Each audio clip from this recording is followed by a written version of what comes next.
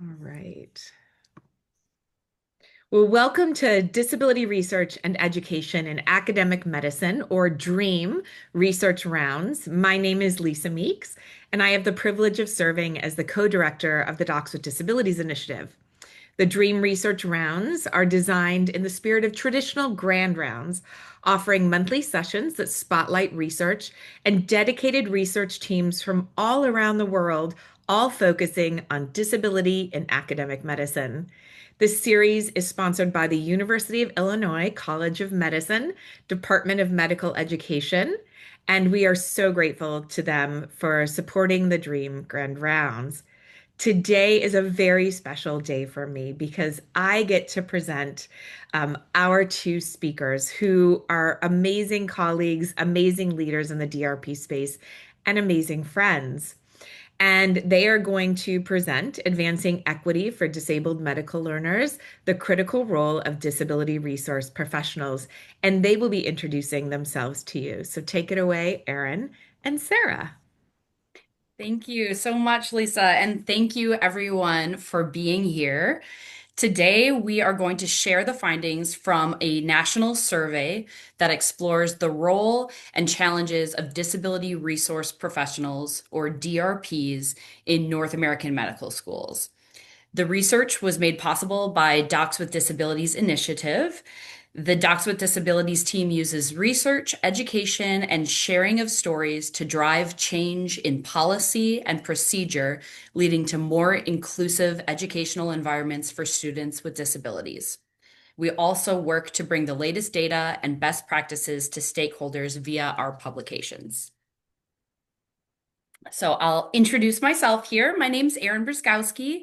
I serve as the Assistant Director for Medical School and Clinical Accessibility at the University of Illinois College of Medicine, which spans campuses in Chicago, Rockford, and Peoria, Illinois. I have a background in clinical mental health counseling, and I've worked in disability services for over a decade. And at the UIC Disability Resource Center now, I support medical students in navigating accommodations across the classroom, clinical, and licensing environments. And I am so grateful to be here today sharing this work with you.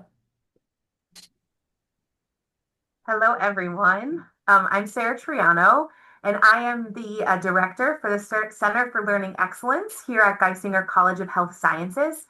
In this role, I oversee academic support and accessibility services across our health science programs, with a focus on holistic student support and learning environments. I, like Erin, have a background in clinical mental health counseling and am our licensed professional counselor. And I'm also a doctoral candidate in higher education policy planning and administration at Westchester University. In addition, I teach in the DRP Academy. It's an incredible program that offers education and mentorship to disability resource professionals in medical education. And I see a few folks in the audience today.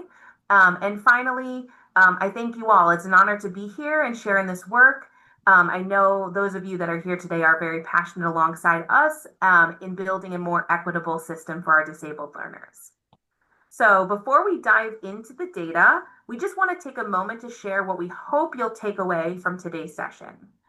First, we'll start by exploring the unique role that disability resource professionals, or as we'll refer to them as DRPs, play in medical education and the systemic barriers that can limit their effectiveness. We'll also look at the risks institutions face when DRPs are under-supported and share some strategies to strengthen infrastructure through staffing, training, and institutional investment. Finally, we'll invite you to reflect on your own institutional practices and consider actionable steps to advance equity for disabled learners. Our goal really today is to move beyond simple awareness and move toward meaningful change. Erin? Thanks, Sarah. So we'll start here. Over the past decade, the number of US medical students disclosing a disability has steadily increased, from just under 11% in 2020 to over 17% in 2024, according to the Association of American Medical Colleges data. And that's a good sign. That likely means that learners are feeling a little safer in stepping forward. But support systems to meet those needs, they're not always keeping up. So, despite the increase in disclosure, less than half of those students report receiving accommodations. And this points to a troubling disconnect. At the heart of this disconnect are professionals tasked with bridging that gap, the DRPs. They are essential, and our study found that they are increasingly overwhelmed. DRPs coordinate accommodations, advise faculty, support students, and ensure legal compliance. Their work touches everything from high-stakes licensing exams to clinical rotations. But here's the problem. As we said, only 9% of medical schools employ a dedicated, specialized DRP. The vast majority of schools rely on generalists or professionals juggling multiple roles, often without the training or bandwidth to address the unique demands of medical education. So we thought we'd try an audience poll to get a feel for where our audience is at right now. We are wondering, does your institution have a dedicated DRP? Feel free to engage. The answer choices are yes, no, or I'm not sure.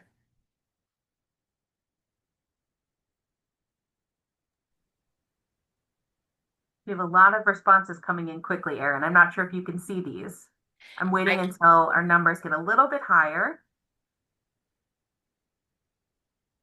I'll give everyone just about 10 more seconds. If you haven't answered, please choose, like Erin said, either yes, no, or I'm not sure.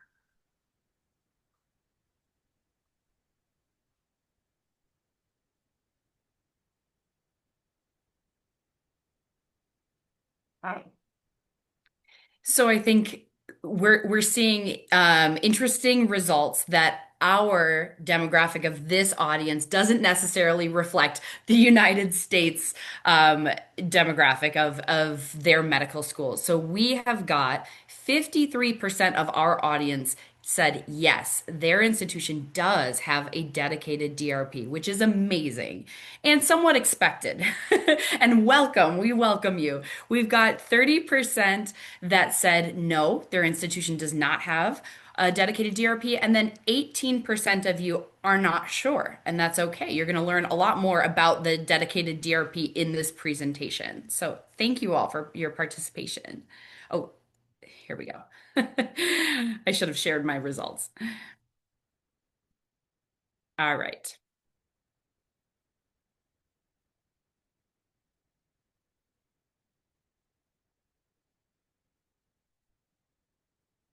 Back to you, Sarah. Thanks.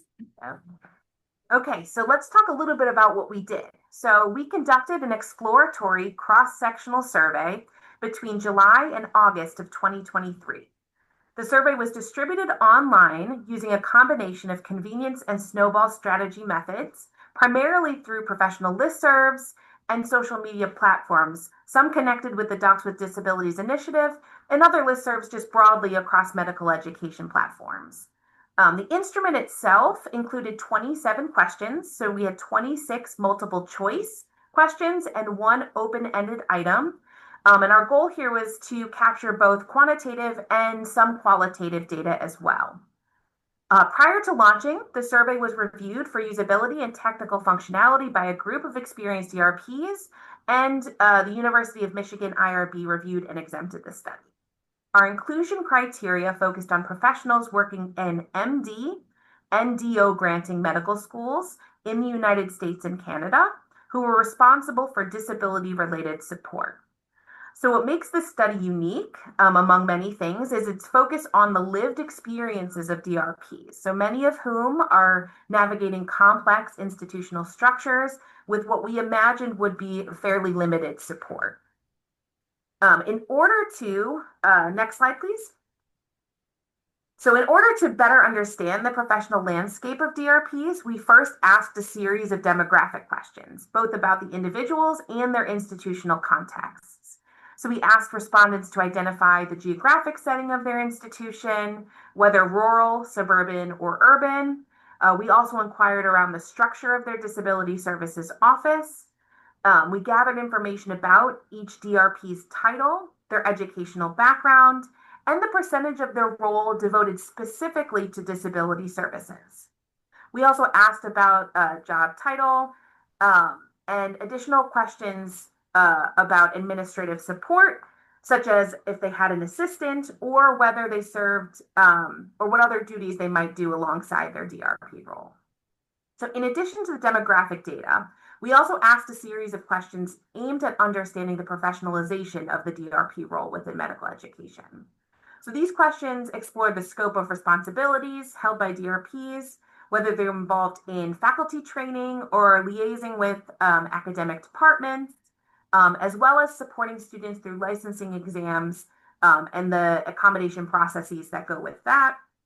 We asked about salary ranges and satisfaction with salary, access to professional development opportunities, and whether respondents had mentorship, along with specifically were they satisfied with their mentorship opportunities and mentorship specific to medical education.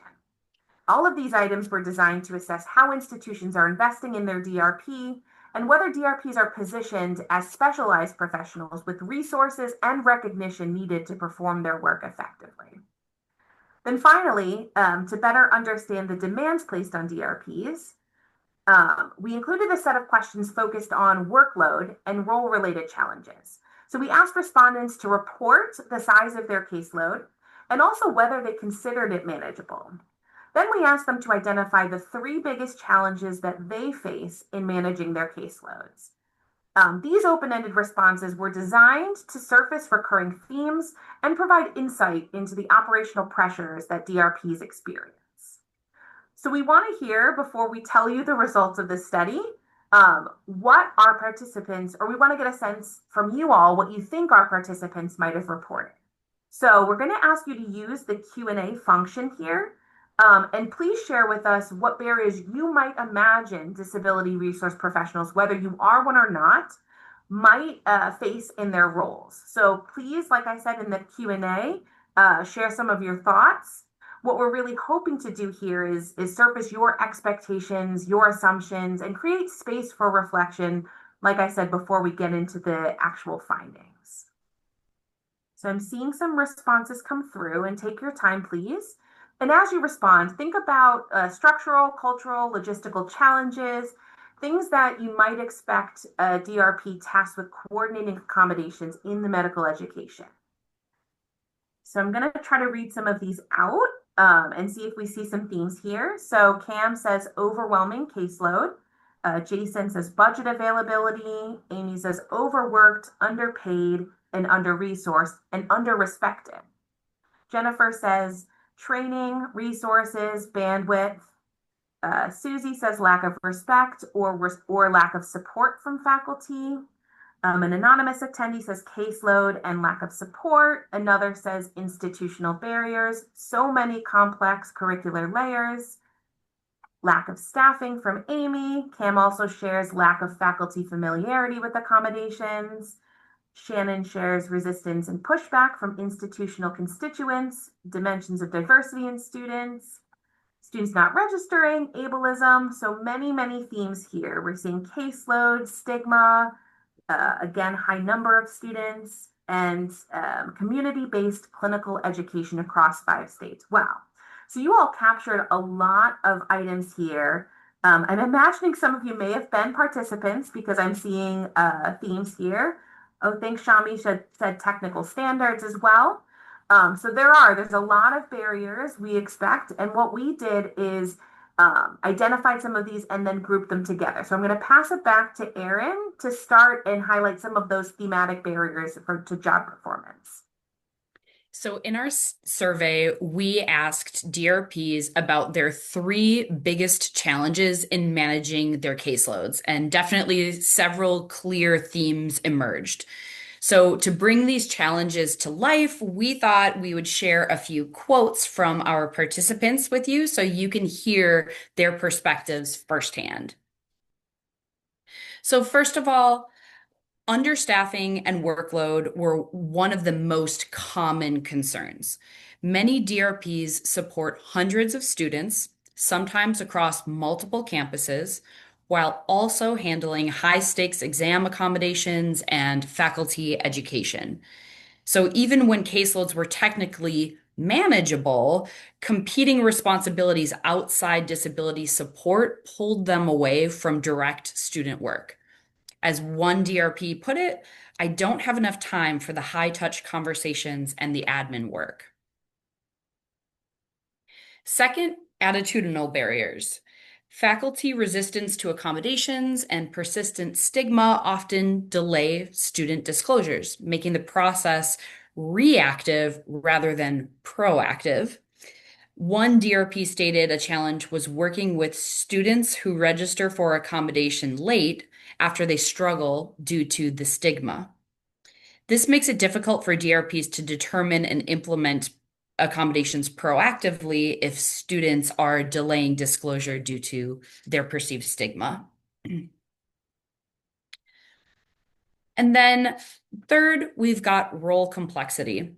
DRPs juggle accommodations across didactic, clinical, and high-stakes testing environments, and accommodations must be customized to meet each student's needs while aligning with the technical standards and requirements of the specific educational program, which will differ across schools and degrees.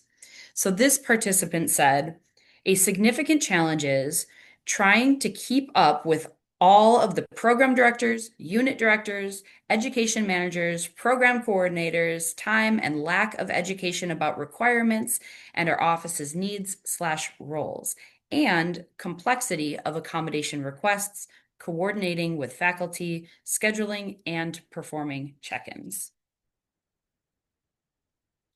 And finally, professional development gaps. There's little standardized training or resources for DRPs in medical education. And many DRPs reported the difficulty of gaining the specialized knowledge necessary to operate within a medical school setting. So one DRP expressed frustration with the learning curve for such a highly specialized role. And they said, this was a role that I am unfamiliar with. It was difficult learning various technical standards of various departments. Another expressed how providing specialized accommodation assistance was even more complicated when they operated within an office that only supported generalists. They say, trying to become a specialist in a generalist model is hard to do. And another DRP noted that a lack of opportunities and support to gain this specialized knowledge prevented them from optimal performance in their work. They say, a significant challenge is lack of education about requirements and our office's needs/role. Thanks, Erin. And I had the great privilege in this process of working closely with Erin in reading through all of the comments and all of the words from the incredible DRPs that took the time to complete our survey. So we combed through all of that data and then and read all of those incredible and impactful quotes from our respondents. And then we tried to identify some overarching patterns. So we had, pulling from those responses, really three key findings, each reflecting a distinct but interconnected dimension of the DRP experience. And we hope that these findings might offer a framework, at least initially, for understanding some of the systemic issues that shape the role. So over the next few slides, we're just going to walk through each of those three findings in a little bit more detail. So the first key finding from our study was the prevalence of overwhelming caseloads among disability resource professionals, and probably not shocking, right? And we saw a lot of the responses today in the Q&A indicating the number of students being something we might anticipate as a barrier. Interestingly, we found that 30% of respondents reported managing more than 100 students, and nearly half indicated that their caseload was not manageable. Caseload sizes varied widely, with some DRPs supporting up to 280 students across clinical, didactic, and high-stakes testing environments.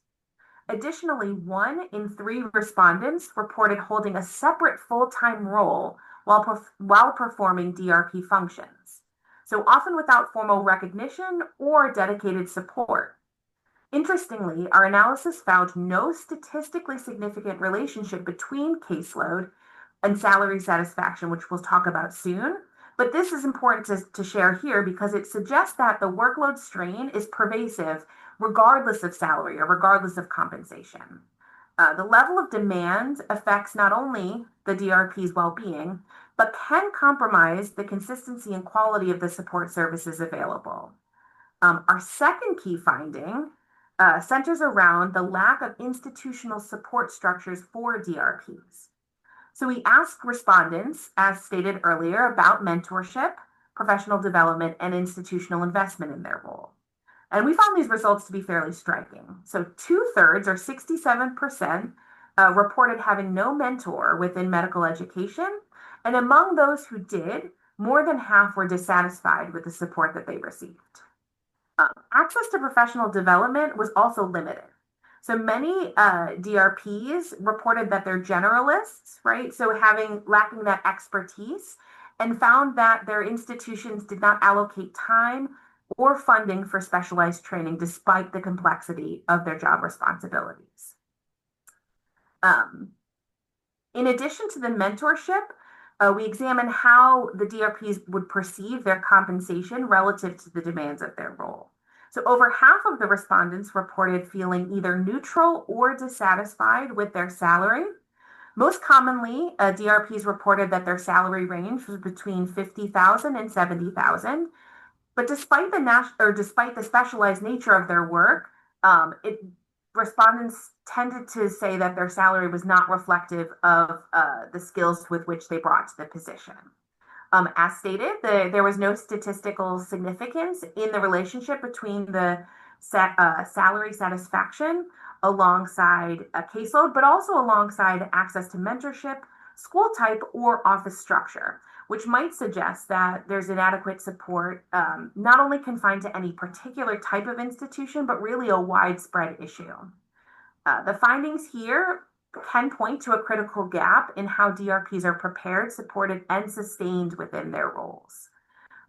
It's really important to consider the complexities, as said, about the clinical accommodations, the licensing exam process, and engaging and sometimes supporting and liaising with faculty and clinical preceptors. And all of the scaffolding that DRPs are doing to support students is truly a specialized role.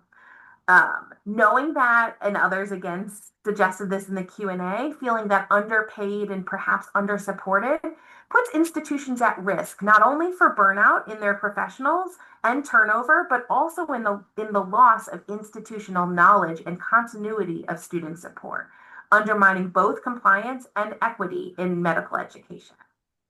And finally, our third key finding highlights the structural and cultural barriers that shape DRP experience and impact institutional culture. Our respondents described persistent faculty resistance to accommodations, skepticism around disability inclusion, and stigma that discourages students from disclosing until they're already in academic distress. These kinds of attitudinal barriers often make the accommodation process reactive rather than proactive, increasing the risk for students and placing additional strain on already taxed DRPs. One DRP shared, faculty are still in the mindset that students shouldn't have accommodations in these professions, reflecting that entrenched ableism within medical education. Another respondent emphasized the scope of the institutional change required, stating, change management has absorbed a majority of my time.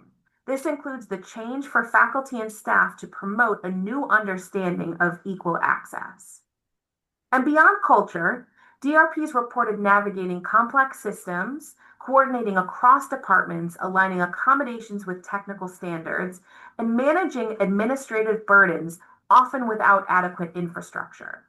So all of these findings underscore that disability inclusion is not just a matter of compliance. It requires intentional investment in institutional culture, systems, and leadership. And these findings have serious implications, not just for students, but for institutions. Without adequate DRP support, schools face four major risks. The first is attrition. Students without timely accommodations are more likely to fail exams, delay graduation, or withdraw. The second is legal liability. Failure to comply with the Americans with Disabilities Act and Section 504 opens institutions to lawsuits or settlements. Third is burnout and turnover. Underpaid and unsupported DRPs leave, taking institutional knowledge with them. And the fourth is climate and culture. Poor disability support undermines inclusion, discouraging disclosure and trust. So in short, underinvesting in DRPs is a costly and unsustainable choice. And like dominoes, when one of these areas falters, it can quickly set off a chain reaction impacting students, staff, and the institution as a whole. We propose 5 concrete strategies to support DRPs and strengthen inclusion.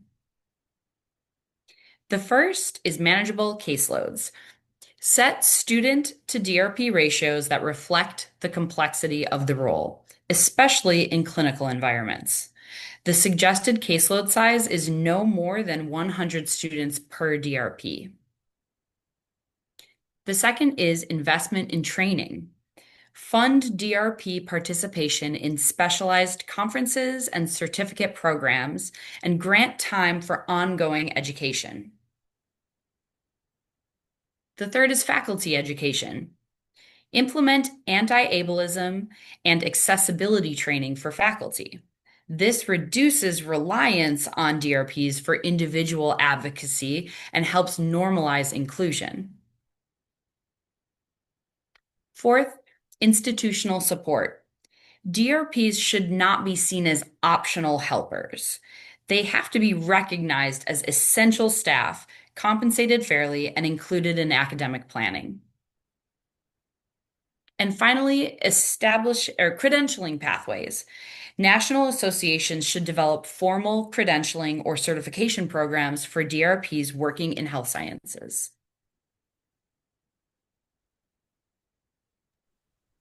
So as with any study, we found it was important just to acknowledge some of the limitations that we had within our study, as well as maybe some of the future areas for research. So as this research relied on convenience and snowball sampling, it may have introduced some selection bias. So DRPs who are more engaged or maybe more aware of the systemic challenges may have been more likely to participate. While the sample did include both MD and DO programs, some of the generalizability may be limited. However, the consistency of responses across institutions may suggest shared challenges that merit the themes that we found. The study also relied on self-reported data, which again can be shaped by institutional context or individual perception. Looking forward, as is often the case with research, longitudinal studies would allow us to better track how institutional investments or the lack thereof might impact DRP effectiveness, student outcomes, and retention over time. This is especially important as schools may begin to slowly recognize the role and implement reforms. And finally, as Erin mentioned, that need for credentialing is huge. So our findings point to the need for more consistency in credentialing to report or to raise up the formal training that our DRPs are requiring because of the specialization of medical education. So many DRPs reported that struggling with the complex demands, and this credentialing would help to standardize expectations, but also validate the expertise and offer a clear professional development trajectory for those in these specialized roles. So in closing, the growing number of students with disabilities in medical education is a sign of progress, but progress without infrastructure is fragile. DRPs are a part of the foundation of accessible medical education. They ensure that all students, regardless of disability, can thrive, persist, and go on to serve patients with competence and compassion. Supporting DRPs is not just about compliance, it's about equity, retention, and the future of the healthcare workforce. And I just want to quickly share some references that inform today's presentation. Many of these are foundational studies and reports that continue to shape best practices in disability inclusion and medical education. And I wanted to show you, this is a QR code linking directly to the research article published in the Journal of Medical Education and Curricular Development. Again, this research was made possible by the Docs with Disabilities Initiative. We invite you to stay connected, follow us on social media, subscribe to our website, explore our publications. Whether you're a learner, educator, policymaker, or advocate, there's a place for you in this movement. So join us in building a more inclusive and equitable learning environments for all. Well, And thank you. yeah, can I say a couple of thank yous? Because we really would like to say thank you. I want to make sure we spend time saying thank you to the DRPs, the disability resource professionals that generously took the time to participate in this survey, and share their experience. Because what they've shared is instrumental in helping us get a better grasp of the crucial role that DRPs play in the success of medical students with disabilities. So thanks. I just wanted to get that out. And we also want to extend our gratitude to the institutions that champion the work of DRPs and recognize their indispensable role creating more inclusive and equitable learning environments. Your dedication to disability inclusion directly supports the success and well-being of every medical student. And we'd also like to thank the incredible co-authors of the journal article, as well as Docs with Disabilities Initiative, Access in Medicine Working Group, and the Meeks Research Lab for their support and collaboration. Thanks, Lisa. Thank you so much. That's so nice and kind. Thank you. I want to second the appreciation for the DRPs who, despite all of the barriers that we see in your results, took time to complete that survey. And I hope that if you were part of that survey response, you feel some form of validation in seeing it all together. And know that we are using now this scholarship to advocate for you and for DRP education in general. Really quickly, before we go to Q&A,